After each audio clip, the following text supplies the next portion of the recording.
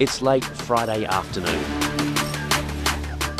and tens of thousands of people are filing across the border between mainland China and Macau. This tiny gambling hub turns over 5 times more revenue than Las Vegas.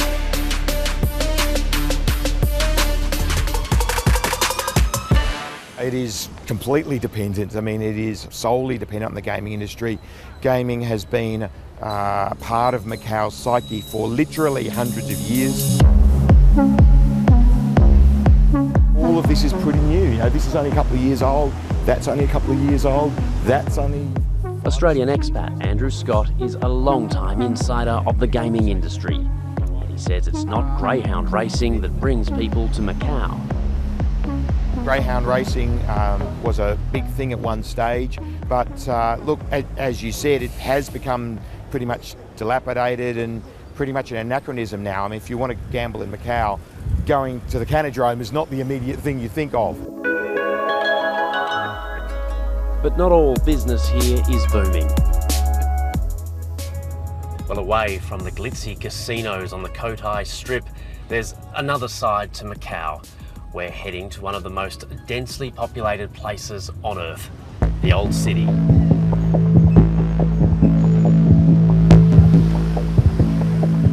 It's home to the Canidrome, a Macau institution. Gamblers bet on races made up almost entirely of Australian-bred greyhounds. After public revelations of appalling conditions at the track, the sport's national body in Australia stepped in to stop breeders selling dogs to Macau. Where do the dogs come from? Always come from Australia. A failed attempt to then source greyhounds from Ireland sealed the Canidrome's fate. The way the Macau Canidrome was run was perhaps, let's be polite and say, it didn't have the checks and balances that perhaps other places had. The respect to the animals perhaps wasn't what it would be in Australia and other places. And young people in Macau, in particular, rebelled against that.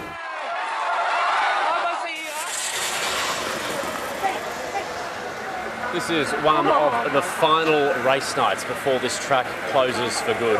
Animal rights groups here in Macau have been pushing for the closure for a long time, so for them it should be a cause for celebration.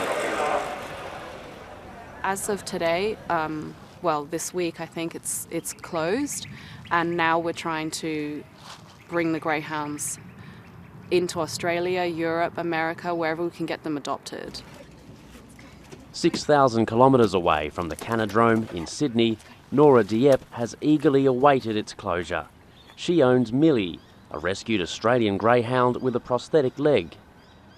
About 2.5 years ago, I was contacted by Millie's trainer, who owned Millie and her litter, and he had one of her sisters available for adoption.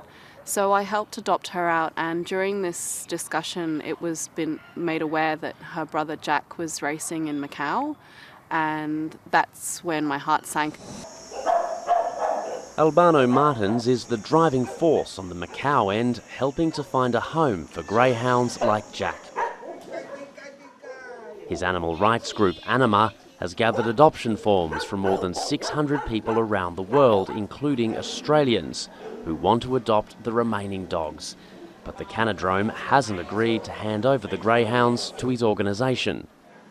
Canidrome is trying to get rid of all these animals, just giving to anybody that goes there, because they see that there are a few days to close, but only old animals, animals that are sick and in very bad shape, as those animals that you see over there, because the new one, the animals that are still active, they want to use those animals in another track. This is our opinion in mainland China.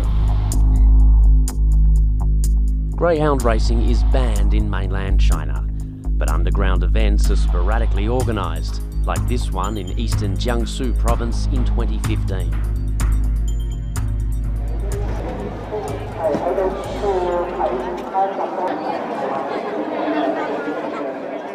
During our visit, the Canidrome staff have organised an adoption day. Members of the public can apply to adopt one of 80 greyhounds here, but there are still hundreds that staff aren't making available. We'll continue to look after the rest of the dogs and we'll organise another place to keep them. We'll then see what's the best plan for them and we'll tell the public. As for talk of dog racing in China, I've heard of it but seen no proof of it. If people want to adopt dogs for racing, I don't see much possibility, because racing needs a lot of dogs. We'll only let each person adopt one dog. Animal advocates are not taking the Canidrome staff at their word. Edith Lamb is on a mission today to track down the new owners adopting dogs, to keep tabs on where the animals go.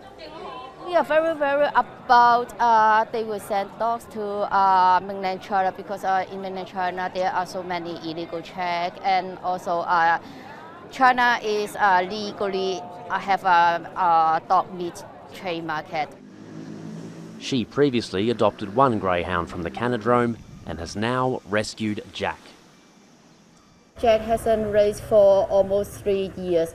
And he's supposed to be isolated, live in a cell. But I don't know why only one dog in a cell can have so many wounds on the body at the time when I adopt him. Within months, Jack is due on a plane to Sydney. It will be a family reunion with his sister Millie, made possible through the combined determination of two passionate animal advocates. Edith and I made an agreement to save Jack, and she said she was going to do whatever she could. And recently she gave me a phone call and just said that she's got him, and I couldn't believe it. I just didn't expect that he was even going to be alive, let alone saved and being fostered by Edith for me. Nora and Edith are now working together to get Jack through the mandatory health tests and vaccinations required to bring a dog to Australia. It's a process that costs thousands of dollars and at least 6 months, but worth the wait. I think that greyhounds are a beautiful, beautiful dog. They are so endearing, patient, loyal, and just kooky. Despite numerous attempts by Greyhounds Australasia to help facilitate adoptions back in Australia, the Canidrome has not been willing to confirm the dogs' identities or to provide access to greyhound behaviour experts, leaving hundreds of dogs in limbo. They bring so much joy to my life, and I would love for someone else to experience that.